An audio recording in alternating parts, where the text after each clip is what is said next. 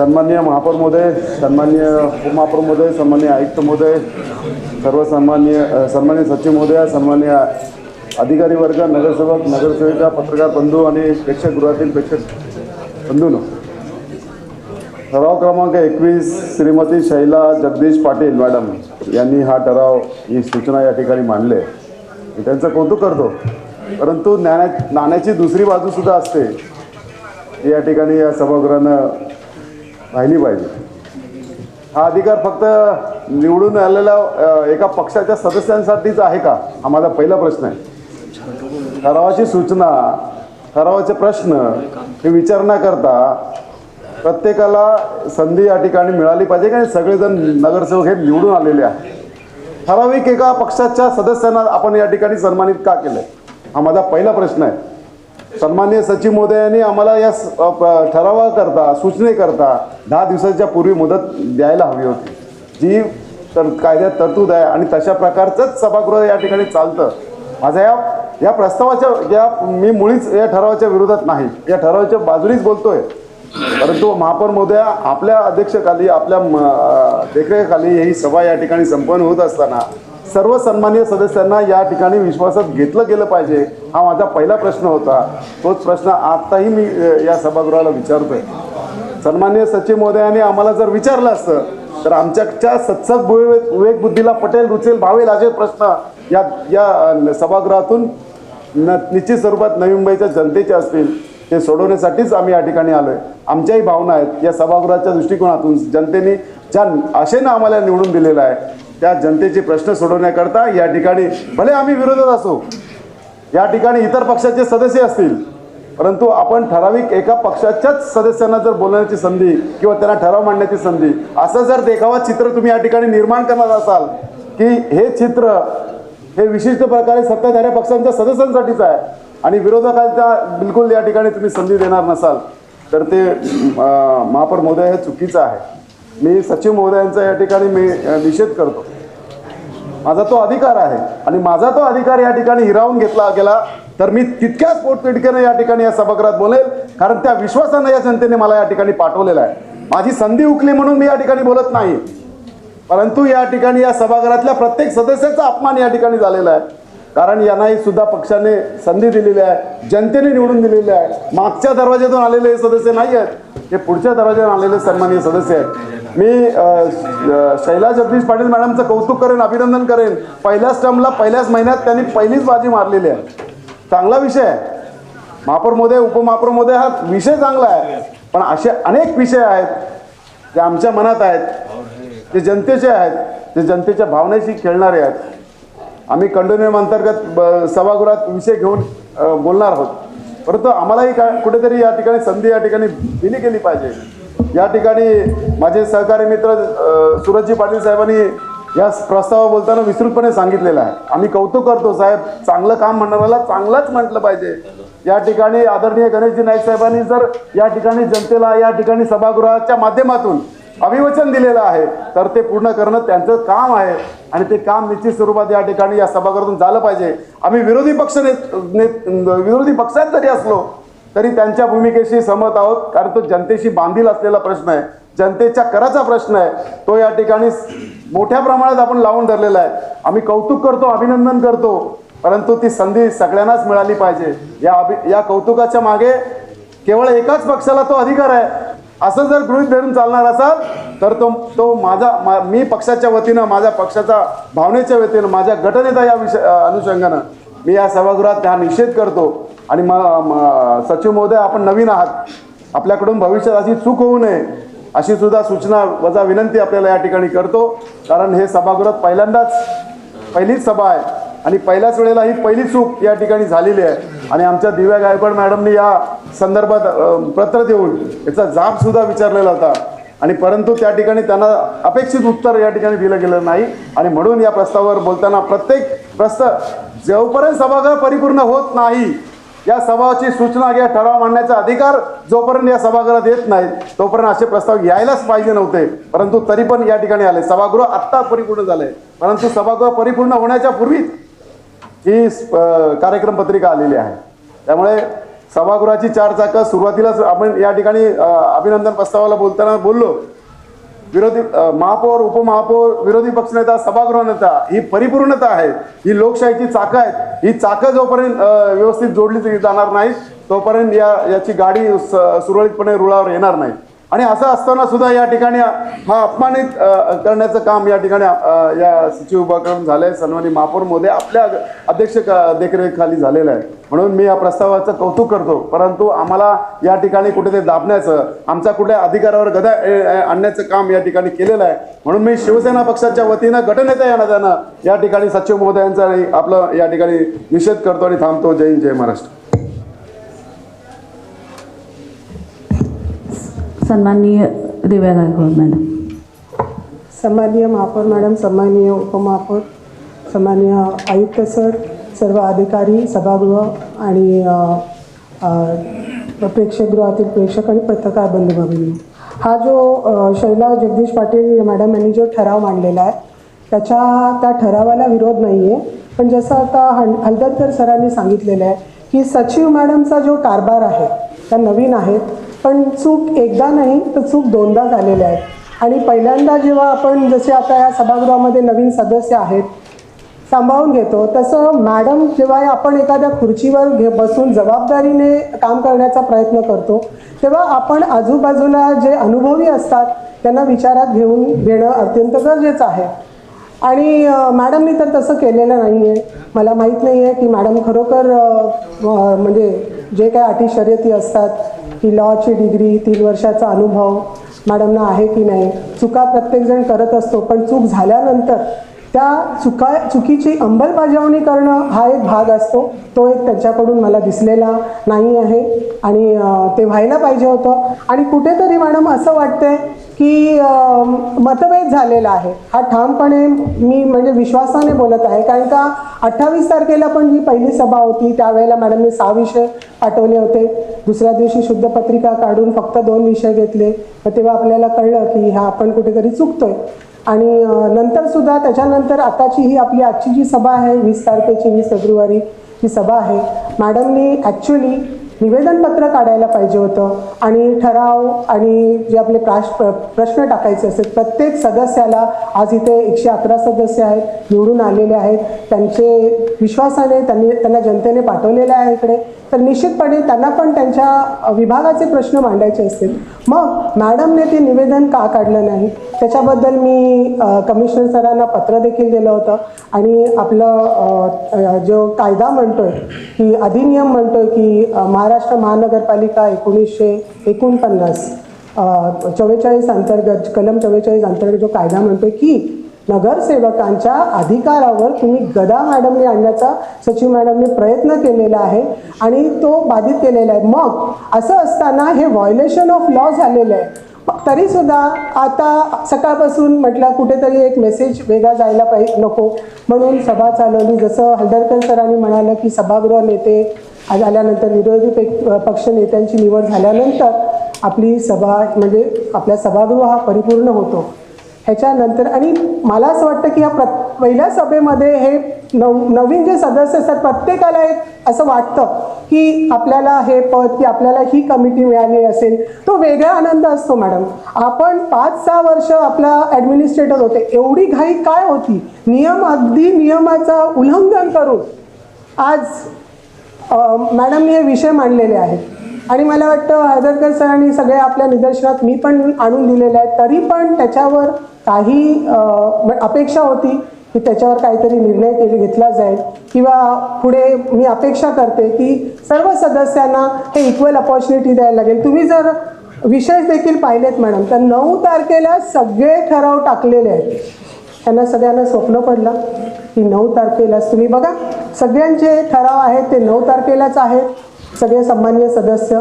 आणि विषयावर आल्यानंतर 16वर मी तर बोलणारच आहे की अजून त्याच्यामध्ये म्हणजे एकेकाला असं स्वप्न पडतं की म्हणजे हे नाही हा भेदभाव का आणि काय कारवाई केली जाईल. मला आपल्या माध्यमातून कमिशनर सरांना विचारायचं आहे की ह्याच्याबद्दल काय कारवाई केली जाईल.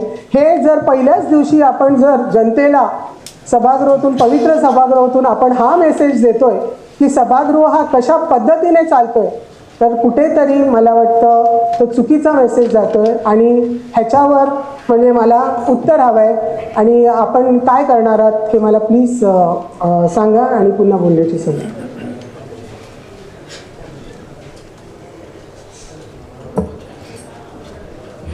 सन्माननीय सदस्य पाटकर साहेबांना.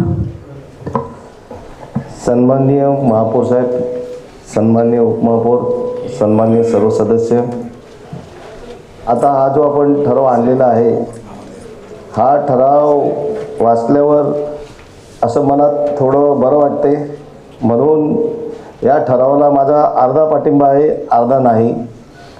कारण हा जो ठराव आहे हा काही लोकांच्या बाबतीत खूप मोठा अन्याय करणारा आहे, काही लोकांना खूप सांभाळून घेणारा आहे. आता मी जुगावातून निवडून आलेलो आहे, तिथे जे भूमिपुत्रांची घरं आहेत तिथे फिगर्समध्ये तर असं दिसते, पण त्यांना प्रॉपर्टी टॅक्स 3-3 पट येतो. त्यांचं कसं करायचं? नाही, पुढे वाचणार आहे. मग सुरेश पाटील साहेब, मला हे बोलायचं आहे, जे बिल्डिंगला ओसी झालेली नाही CRZमुळे, त्याच्या DP प्लॅनमध्ये आपण ती हाय टाईड लाईन सुधारून घेतली नाही, त्यांना कशाला आपण दुप्पट टिप्पट लावता? त्यांचं पण आलं पाहिजे. दुसरं मला हे बोलायचं, हा जो कर लावलेला आहे ह्यावरती आपण सर्वांना एक समान कर लावलेला आहे.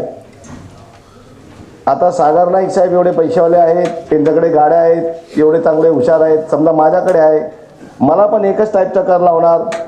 आणि जे थोडे कमी इन्कम ग्रुपवाले लोक आहेत त्यांना पण तुम्ही एकच कर लावणार. त्यांच्यासाठी तुम्ही घरांचं मोजता. दुसरी, आपल्या नवी मुंबई पालिकेमध्ये हद्दीमध्ये जो इंडस्ट्रियल बेल्ट होता हा पूर्णपणे बंद झालेला आहे. सर्व कामगार होते तिकडे, तिथे सर्व उत्पादन व्हायचं. इंडस्ट्रियल बेल्ट बंद म्हणजे आपलं एक्सपोर्ट बंद. मग आपलं डेफिसिट किती वाढत असेल? दुसरी गोष्ट, तिथे जेवढे आता इंडस्ट्रीज आहेत तुम्ही त्यांना बघत पण आहात का ते बंद आहेत का चालू आहेत, ते प्रॉफिटमध्ये आहेत का लॉसमध्ये आहेत. सरळ कर लावला म्हणजे ज्यांचे उत्पादनच नाही त्यांच्यावर कर वर कर म्हणजे हळूहळू तरी त्या फॅक्टरी बंद कराव्यात का? इथे इन्कम वाढवत नाही आणि सर्व कमी कमी करत चाललेलं आहे. याच्यात ताळमेळ पाहिजे ना. श्रीमंत लोकांना जास्ती लावा, थोडं याच्यात तरतूद करा ना, आपल्या थोडा अभ्यास करून. जे गरीब आहेत त्यांना माफ करा. आता माझा मुलगा फादर ॲग्नलमध्ये शिकायचा, माझ्या ड्रायव्हरचा मुलगा पण फादर ॲग्नलमध्ये शिकायचा, माझी पण फीस सेम, त्याची पण फीस सेम, कसा भरेल तो फीस? हा न्याय तुम्ही नीट सांभाळून घेतला पाहिजे, सर्वांना लावला पाहिजे. आपण ते सुटसुटीत करा. जे लॉसमध्ये आहे त्यांना थोडा धीर द्या. हीच परिस्थिती तिथे पनवेल महानगरपालिकेत झाली आहे. एवढा त्याला प्रॉपर्टी टॅक्स कर लावून ठेवला आहे, फॅक्टऱ्या बंद होत आहेत. आज तिथे हेरिंगवर हेरिंग चालू आहेत, सुप्रीम कोर्टात गेलेले आहेत लोक. आयुक्त साहेब याचा कुठेतरी ताळमेळ करावा, एवढीच विनंती करतो. धन्यवाद.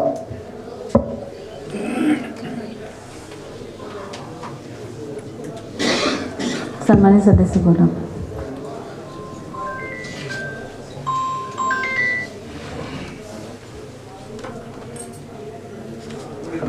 सन्माननीय महापौर, सन्माननीय उपमहापौर आणि सन्माननीय आयुक्त आणि सर्व सदस्य, करांच्या बाबतीत जो विषय आलेला आहे त्या बाबतीत माझं प्रामाणिक असं मत आहे.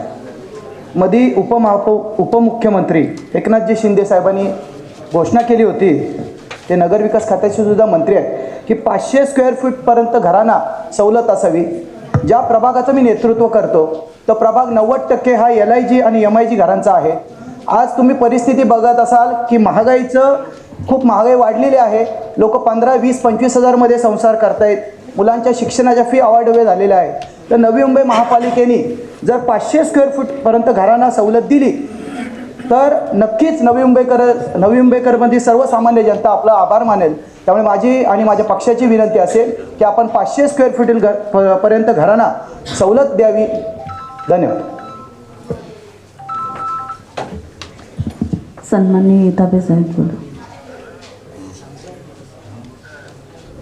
सन्माननीय महापौर महोदय, सन्माननीय उपमहापौर, सन्माननीय आयुक्त, सर्व सदस्य, पत्रकार बंधू, महाराष्ट्र महानगरपालिका अधिनियम 99 अन्वये पुढील येणाऱ्या आर्थिक वर्षासाठी महानगरपालिकेचे कराचे दर निश्चित करण्याबाबतचा हा जो प्रस्ताव आहे, सर्वप्रथम मी शैला पाटील यांचं अभिनंदन करतो. तसं पाहिलं तर या ठरावाच्या संदर्भात सुद्धा ज्या पद्धतीनं अपेक्षित असणारा विरोध हा झालाच पाहिजे आणि तो झाला. याच्यामध्ये स्पष्ट महापौर महोदया लिहिलेलं आहे 13 नंबर 1 मध्ये. पहिला प्रश्न असा आहे की ज्यावेळेस 17 तारखेला 16 तारखेला निकाल लागल्यानंतर विषयपत्रिका संघरत्ना खिलारे मॅडमची आम्ही पेपरमध्ये वाचली. तसं पाहिलं तर ती 6 विषयाची जी ही होती. पहिल्यांदाच इतिहासात आम्ही पाहिलं की ते एकाच सभेमध्ये सगळे सभागृह नेता, स्टँडिंगच्या समितीचे सदस्य सगळे एकाच याच्यामध्ये विरोधी पक्ष नेता सगळं नंतर तुम्ही ते माघारही घेतलं. मला वाटलं तुम्हाला चांगल्या अनुभवी माणसाचा सल्ला भेटला असेल. परंतु त्या खोलात न जाता महापौर महोदया ज्या पद्धतीनं 2005च्या निवडणुकांमध्ये आम्ही महानगरपालिकेच्या इलेक्शनमध्ये उभे राहिलेलो असताना आमचे नेते तत्कालीन पालकमंत्री आदरणीय गणेशजी नाईक साहेब यांच्या सभा व्हायच्या. सभेमध्ये त्यावेळेस विरोधी पक्षातले बरेचसे सदस्य आमच्याबरोबर होते. आदरणीय नाईक साहेबांचं भाषण त्यावेळेस असायचं, येणाऱ्या 20 वर्षामध्ये नवी मुंबई महानगरपालिकेच्या या रहिवाशांमध्ये किंवा नागरिकांमध्ये मी कोणताही टॅक्स कर यामध्ये मग जल कर असेल किंवा बाकीचे जे कर असतील ते वाढवून देणार नाही. सुरेश पाटलांनी त्या ठिकाणी सांगितलं की बोले तैसा चाले त्याची वंदावी पाऊले. आणि मी आदरणीय नाईक साहेबांचं अभिनंदन करत याच्यामध्ये भले निवासी अनिवासी औद्योगिक करामध्ये पर्सेंटेजमध्ये मागे पुढे काही झालं असेल किंवा कोणावरती 2% कर जास्त असेल किंवा 1% कर असेल किंवा 4% कमी झाला असेल वाढला असेल तो भाग सभागृहाचा आहे, महानगरपालिकेचा आहे. परंतु हे जे करत असताना नवी मुंबई शहरावरती आपलं जे कृपाक्षेत्र आहे 1995 सालापासून आदरणीय गणेश नाईक साहेबांच्या नेतृत्वाखाली या शहराने एक हाती सत्ता या ठिकाणी नाईक साहेबांच्या नेतृत्वाखाली दिलेली आहे. नवी मुंबईची जनता काही अटल्यान नाही, सुटण्याची जनता आहे. महापौर महोदया मी सभागृहाच्या निदर्शनास आणू इच्छितो की याच्यामध्ये स्पष्ट उल्लेख केलेला आहे की प्रकरण 11 मध्ये विहित केलेल्या मर्यादेस व शर्ती साधीन राहून फेब्रुवारी महिन्याच्या 20 तारखेला किंवा त्यापूर्वी निश्चित केले पाहिजेत अशी तरतूद आहे. आज 20 तारीख आहे. आज आयुक्त महोदय बाजूला बसलेले आहेत. आपल्या 20 तारखेच्या आतमध्ये निश्चित स्वरूपामध्ये कर प्रणाली फायनल होऊन त्या ठिकाणी दाखल केली पाहिजे ही प्रमुख भूमिका आहे. या ठिकाणी स्थायी समिती अस्तित्वात नाही, स्थायी समितीचे सदस्य अस्तित्वात नाही. शैला पाटील यांच्या माध्यमातून त्या पहिल्यांदाच निवडून आलेले आहेत, सुशिक्षित आहेत, सुज्ञ आहेत. त्यांना त्या ठिकाणी 9 फेब्रुवारीचं जरी एकाच दिवशी त्या ठिकाणी तारीख जरी पडलेली असेल परंतु त्याच्यामध्ये त्या ठरावामध्ये जो सार आहे ठरावाचा नवी मुंबईच्या जनतेच्या दृष्टिकोनातून तो सार याच्यामध्ये या ठिकाणी आपल्याला दिसतोय. आज त्याच्यामध्ये अनेक उदाहरणं देता येतील परंतु सभागृहाचा मी वेळ घेणार नाही. परंतु हा जो निवासी असेल अनिवासी असेल औद्योगिक असेल याचं जे करपात्र मूल्य आहे त्याची जी पर्सेंटेजवारी आहे ती अतिशय रास्त आहे असं मी या सभागृहाच्या वतीने ठामपणे सांगू इच्छितो. आणि म्हणून महापौर महोदया या ठिकाणी या ठरावाच्या बाजूने बोलत असताना नवी मुंबईच्या जनतेचा देखील विचार करून आपण येणाऱ्या 20 वर्षामध्ये देखील कोणताही कर वाढवणार नाही अशा पद्धतीची भूमिका आदरणीय नाईक साहेबांनी घेतलेली आहे.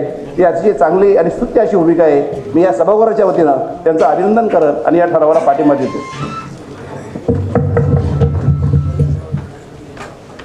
सन्माननीय विरोधी पक्षनेते माननीय महापौर, उपमहापौर, आयुक्त, विषय क्रमांक 21 जो शैला जगदीश पाटील यांनी या ठिकाणी दिले.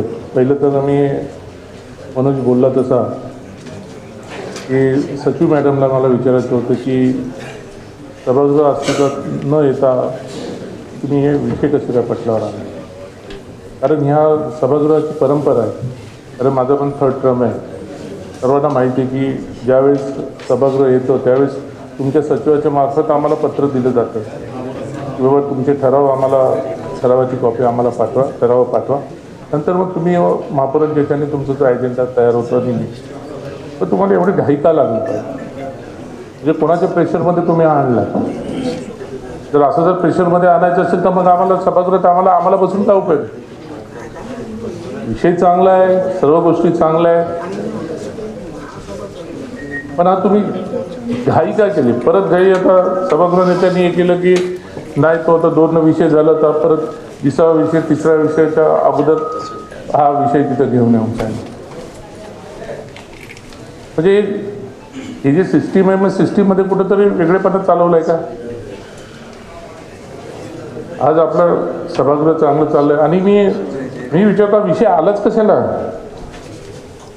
अन्य सोनाने साहेब महापौर होते, जेडी सुतार महापौर होते, या ठिकाणी आपण जुने लोक आहोत. आपलाच ठराविक गेलेला आहे की 500च्या याच्या जे कमी घरं असतील 500पर्यंत तर ते पूर्णपणे त्याला टॅक्स माफ करण्यात यावा. 600ला अमुक टक्के, 700ला अमुक टक्के. मग हा विषय आणला कसा? जसं तुम्ही बोलले वंदावे पावले बोले तसं चाले त्याची वंदावे पावले, हे तुमच्या वेळेसच झालेलं आहे. हे 500च्या घरापर्यंत सर्वांना टॅक्स माफ, झोपडपट्टीमध्ये सर्वांना टॅक्स माफ. मला वाटतं सोनाने साहेब महापौर होते का जेडी सुतार महापौर होते त्यावेळेस ह्या गोष्टी झालेल्या आहेत. त्यावेळेस झालेला प्रस्ताव आलेला आहे प्रस्ताव. मग हे घाई कशाला? आपण 20 वर्षाचं प्लॅनिंग करतोय, समजतो ना मी 20 वर्षाचं प्लॅनिंग चाललंय. मग 20 वर्षाच्या प्लॅनिंगमध्ये मग मागच्या प्लॅनिंग तुम्ही विसरले कसे काय? हा तुम्ही नव्या मुंबईवरती अन्याय करताय.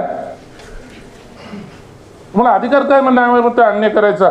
तुम्ही टॅक्स माफीचं तुम्ही बोलताय, आम्ही बोललो, आम्ही झालं, आम्ही विषय घेतला होता आणि आमचा विषय हा पूर्णपणे मतदानाच्या वेळेचा विषय होता, प्रचाराच्या वेळेचा विषय होता. पण मागच्या वेळेचा पण हा विषय होताच ना, आलेला विषय होता. माझं तर म्हणणं असं आहे की हा विषय इथं असंच ठेवा आणि स्थगित ठेवा हा विषय. आणि विषय स्थगित ठेवून तुम्ही पूर्ण माफ, जो आपण 500च्या खाली त्याला जो आपण माफ केलेला होता, तर घरांना टॅक्सच नाही लावायचा, झोपडपट्टीला टॅक्स फ्री करायचं, 500च्या वरती असेल तर त्यांना 70%, 700च्या वरती असेल त्यांना 75%. हे आपल्या सभागृहामध्ये झालेला हा ठराव आहे. सभागृहामध्ये त्यावेळेस आपल्या सभागृहामध्ये नव्हते, तर तुम्ही कल्पना देणं हे पण गरजेचं होतं. म्हणजे तुम्ही बोलता एक, करता एक, अरे एक चाललंय का? आणि ते पण घाईघाईमध्ये. मला माहिती आहे बजेट आपल्याला करायचं आहे, बजेट व्हायला पाहिजे, कारण त्या लिमिटेड त्या विषय म्हणजे मार्चच्या अगोदर बजेट व्हायलाच पाहिजे. मग हा जर विषय असेल, माफीचा विषय असेल, तर माफीचा विषय तुम्ही मग मागचे विषय विसरून जाता असंच वाटतं. पण तुम्ही काय वचनं दिले मग लोकांना? नव्या मुंबईच्या जनतेला तुम्ही वचन दिलेलंच आहे ना की माफचा. मग माफचा विषय दिलेला तर मग तुम्ही लावताय कशाला? माझा हा मुद्दा आहे. माझा हा जर समजा माफचा विषय नसेल तर गोष्ट वेगळी आहे. मला वाटतं त्या गोष्टी होऊन आपण शासनाकडे पाठवले. आयुक्त साहेब, तो शासनाकडे पाठवलेला ठराव आहे ते तुम्ही बघून घ्या. त्या शासनाकडे पाठवलेला ठराव आहे की नाही 500च्या अगोदर एवढं माफ, 600च्या वरती एवढं, त्याच्यावरती एवढं, हे आपण ठराव केलेले आहेत. मग हा विषय आलाच कसा आणि आणता का? मग लोकांना दाखवता काय? तुम्ही लोकांना दाखवता काय? तुम्हाला चांगलंच दाखवायचं आहे ना. मग मागचा विषय पास करा. मग तो का बसण्यामध्ये गुंडाळून ठेवला तुम्ही? माझं तर म्हणणं असं आहे की हा विषय बाजूला ठेवून, सभागृह नेत्यांनी या विचार बाजूला ठेवून, जो माफचा विषय आहे 500ला पूर्णपणे माफ, झोपडपट्टीला पूर्णपणे टॅक्स माफ, जो हा विषय तो विषय पुढे आणून मग पूर्णपणे करा ना. व्याज तुम्ही लावतात कशाला टॅक्स? एकदा सभागृह ठरवतोय की सर्व माफ करायचा, मग टॅक्स लावायचा प्रश्न येतोय कुठून? ठीक आहे ना, नवी मुंबई महापालिकेला पाहिजे काही ना कधी तुम्ही वाणिज्याला लावा, औद्योगिकला लावा, ह्या गोष्टी लावा. आम्ही काय बोलत नाही का सर्वांना? पण जे राहते घरे जाता देसाईंनी सांगितलं तसं ही परिस्थिती आहे. या परिस्थितीच्या मानाने आपल्याला चालायला पाहिजे. मग तुम्ही कोणाची दिशाभूल करता? सर्वसामान्य जनतेची दिशाभूल करता का तुमच्या नेत्यांची दिशाभूल करता? म्हणून माझं म्हणणं आहे की हा प्रस्ताव तुम्ही स्थगित ठेवा आणि मागचा प्रस्ताव आणा आणि ते बरोबर जोडीला करा आणि त्या प्रस्ताव आपलं पूर्ण माफच करा. आपल्याला नको आहे. आणि ह्याच्यामध्ये मी असं नाही सांगत का तुम्ही औद्योगिकला वगैरे तुम्ही टॅक्स लावू नका. औद्योगिकला लावा जे लावायचं ते, पण सर्वसामान्य जनतेला जसं देसाईंनी सांगितलं तसं प्रत्येकाचं घराचं कुटुंब 15,000 आणि 20,000वरती चालतंय. झोपडपट्टीमध्ये सुद्धा 12,000 10,000 लोकांचं घर चालतंय. या सर्व गोष्टी येत आहेत. म्हणून तुम्हाला मी सांगतो की मॅडम, हा प्रस्ताव जो आलेला प्रस्ताव आहे हा पूर्णपणे प्रस्ताव माफ करा आणि तो मागचा प्रस्ताव आहे त्याला चालना द्या. म्हणजे खऱ्या अर्थाने जसं वंदावे पावलं तशा पद्धतीने ते आपल्याला मोमेंट मिळेल. म्हणून तुम्हाला सांगतो की आता तुम्ही आपल्या त्या सचिव मॅडमला, मला माहीत नाही सचिव मॅडम काय विषय घेतात. मला वाटतं तुम्हाला आता का सचिव मॅडम खरोखरच गायकवाड मॅडमनी सांगितलं तसं आयुक्त साहेब थोडा विचार करा तुम्ही या गोष्टीचा सुद्धा, की उद्या सभागृह चांगलं चालायचं असेल तर सचिव चांगलं असायला पाहिजे. सचिवने व्यवस्थाने त्या सचिवच्या आपल्या इकडे प्रतिनिधित्वावर आल्या, त्या सचिवच्यासाठी आल्यात का वेगळ्या याच्यासाठी आल्यात. जर त्यांचा हा जर पिंड नसेल या सचिवचा तर त्यांना जबरदस्ती बसवू नका. त्यांना कशासाठी आल्यात त्यासाठी त्यांना त्यांच्या कामाला लावा. पण ही मागे माझी त्यांना माहिती आहे की सभागृह नेत्यांना माझं सांगणं आहे की हे जो मागचा विषय आहे, मागचा विषय हा आपणच सभागृहापुढे आणला होता. त्यावेळेस मला वाटतं रवींद्र इथापे तुम्हीच सभागृह नेते होते, तुम्हीच तो प्रस्ताव आणलेला होता. मग हा प्रस्ताव असताना इथापे साहेब तुम्ही बोलायला पाहिजे की आपण मागे आपण अशा पद्धतीने आपण गेलेलो आहे, त्या विषयावरती आपण गेलेलो आहे. मग टॅक्स लावता कशाला? इथं गाव ठाण आहे, सर्वसामान्य जनता आहे, सर्वीकडे अनाधिकृतपणे असेल ते काय गोष्टी असेल तो आपला विषय, पण माफ करावा हा माझा विषय आहे. आणि हा पूर्णपणे माफ करावा. जर कुठं UD मध्ये कुठं अटकला असेल तर तुम्ही सांगा, माननीय उपमुख्यमंत्री एकनाथ शिंदे साहेबांना आम्ही सांगतो आणि तो तिकडनं आम्ही पास करून आणतो. पण हे सांगा ना, पण तुम्ही लपवता कशाला? लपून तुम्ही परत हे आणताना दाखवता की बाबा आम्ही काहीतरी वेगळं करतोय, काहीतरी वेगळं करतोय. हा झालेला विषय आहे. तशी माझी विनंती राहील की सभागृह नेत्यांना माननीय महापौर मॅडमांना, उपमहापौरांना की जो मागचा विषय झालेला आहे तो विषय पटलावरती आणा, पटल्याचा पेंडिंग ठेवा. पुढच्या महासभेपुढे आणा. त्यावेळेस आपली काय चर्चा झाली होती, आपण प्रस्ताव काय केला होता, 500ला केला होता, 600ला केला होता, 700ला केला होता, ह्या ज्या गोष्टी केलेल्या होत्या त्या गोष्टी आणून मग तो प्रस्ताव पास करा ना. मग तुम्ही टॅक्स लावताच कशाला? प्रस्ताव गेलेला तर टॅक्स लावू नका, ही माझी तुम्हाला कळकळीची विनंती.